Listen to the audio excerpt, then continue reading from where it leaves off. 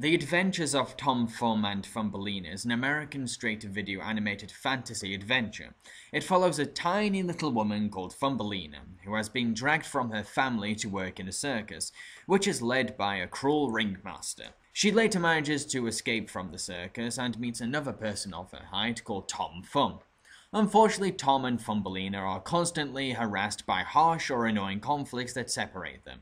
One conflict comes in the shape of a sociopathic mole king that wants to wed Thumbelina. So, what did I think of this little fantasy cartoon? Well, I think it's actually okay. Just okay.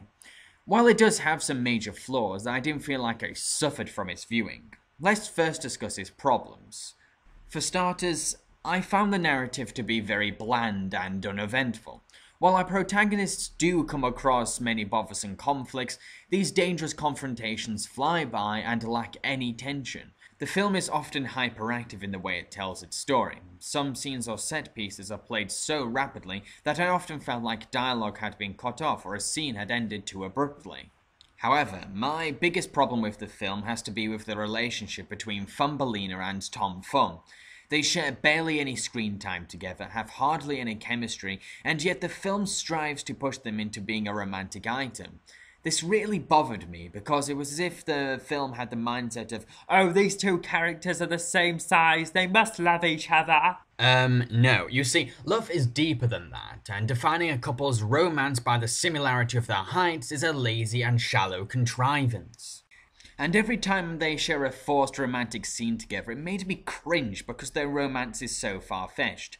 For a romance to come across as believable, then the audience must be convinced that the couple is genuinely connected. Having characters kiss or blurt out, "I love you," isn't enough to establish a convincing romantic connection. Romantic dialogue is hard to believe when the characters' relationship is rushed. There needs to be a strong bond and a spark of attraction between both characters. With Tom and Thumbelina, I didn't see anything between them, and this was mostly because they spend little or less time together, and the time they do spend together is used to push the relationship forward at an unrealistic pace. Now, what about the characters? Well, Thumbelina herself comes across as a very likeable presence. She's tough, feisty, confident, practical, adaptable, brave, and kind-hearted. But she's also vulnerable and has a consistent fear of the dark. Her character drive is fantastic. She's been cooped up in a circus all her life and just longs for affection or company. Things she's never experienced. I mean, when she has her hair brushed for the first time, she's taken back in appreciation. This makes her kind of fascinating and an enjoyable character to follow. As for Tom Thumb, well, while he does share a very touching kinship with his adoptive father, Ben, I couldn't help but find him to be exceedingly boring as a character. I mean, he's dull as sandpaper, lacks any charisma, and I found him impossible to connect to, let alone like. The film's villain, King Maul, is actually a barrel of fun. He's melodramatic, manipulative, cruel, and enjoyably theatrical. His entire motive is to marry Thumbelina, and his determination is terrifyingly convincing. King Maul's minions, Godfrey and Daniel, are occasionally amusing to watch at times, despite being a little bit obnoxious. There are also a few supporting characters, but they're either irritating or forgettable due to their little screen time or annoying presence. The animation is acceptable, it's expressive, fluid, and conveys emotions clearly, but it's not got the extra edge to be anything impressive or outstanding. It's good though, it's definitely good. While I love the unique, goofy designs for the Mole characters, I found the designs for most of the other characters to be unrefreshing and not that distinctive. What about the voice acting? Well, Jennifer Love Hewitt sparkles as Thumbelina, giving her a sweet and sympathetic voice. Poor Elijah Wood is stuck with a paper-thin Tom Thumb, and this prevents him from giving a meaty performance, which is a shame because I do believe that Wood can do some decent performances. Peter Gallagher steals the film with his over-the-top and hammed-up take on King Maul. While this method of acting can fail in a live-action performance, cartoon characters sometimes need to have exaggerated emotions, and Gallagher's manic delivery suits the flamboyantly theatrical King Maul.